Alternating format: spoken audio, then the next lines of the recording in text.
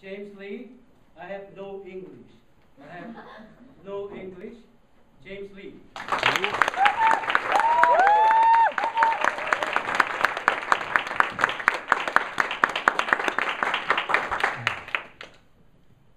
Two boys were talking in Street Fighter language. Adugan! Adugan! Adugan!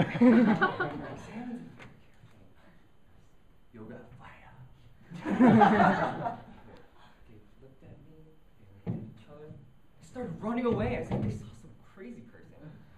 That was actually the first time I heard English. What they actually said, I want to play with some guns. I do too, and I do too. And I made a fool of myself by going up there and saying, yoga fire.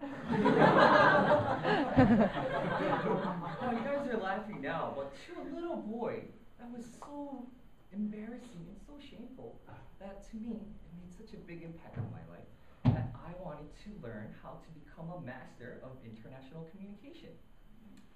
Mr. Contest Chair, Chief Judge, and fellow Toastmasters and welcome guests, I would like to share with you the secrets on how to become a competent communicator. Now, when I was little, I was very focused on speaking good English, having perfect grammar, beautiful pronunciation, and being able to use words and phrases in the most expressive and florid way possible. So, when I was doing my English homework, I get very frustrated.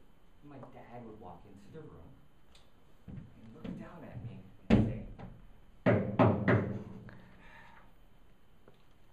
James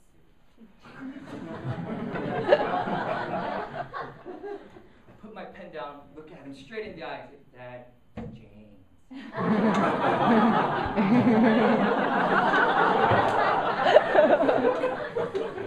But he totally ignored what I have to say and say,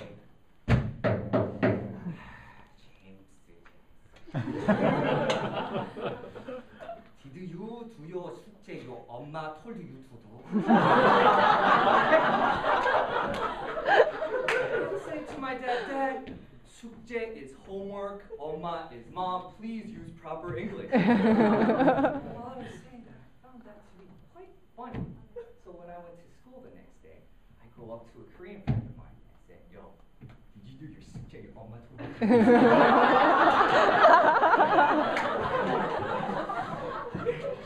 After that incident, I kind of focused more on what my dad had to say. So one day, he was driving and he was speeding and he got pulled over by the cops. And you know, the most important thing to do when you get pulled over by the cops is to pretend you don't understand a thing. Because if you don't understand, the police officer can't give you a ticket. So all the Koreans in America, when they get pulled over, they'd say, we know English. But eventually, the police officers, they caught on. They knew that they were pretending. So my dad, he said, I will know English. Which means he was really bad at it. He was pretty bad, but he was really bad. And one day, we're driving in Manhattan, and we're very late to a musical. We're driving around the block, and suddenly he stops the car. I'm like, and then he looks back, says, everybody, get out of the car. I said, Dad, we're in the middle of the street. Why are we getting out of the car? Get out of the car because I need to go find the parking lot to park the car.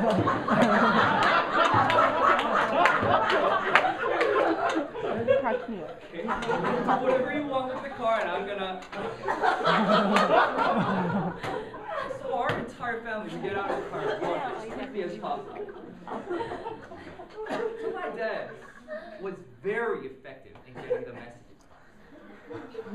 And as members of an international organization called Toastmasters, our goal is to effectively convey our message, to be able to communicate by using language as simply a tool and a medium of communication.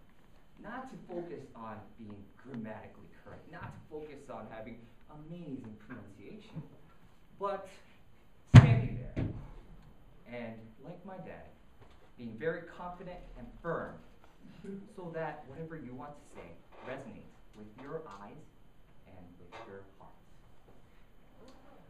So, I am standing here and I am telling you that language is only a tool.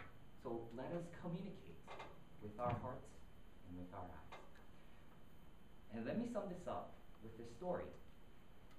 And many of you may know that women are better communicators than men. Amen. Amen to that too. And my mom is much better communicator than my dad. She loves speeding too, right? She got pulled over by the cops one day, and she said one thing, and was let go. Driving, she pulls down her window, looks at the policeman straight in his eyes, says, "What is it?" See me one time.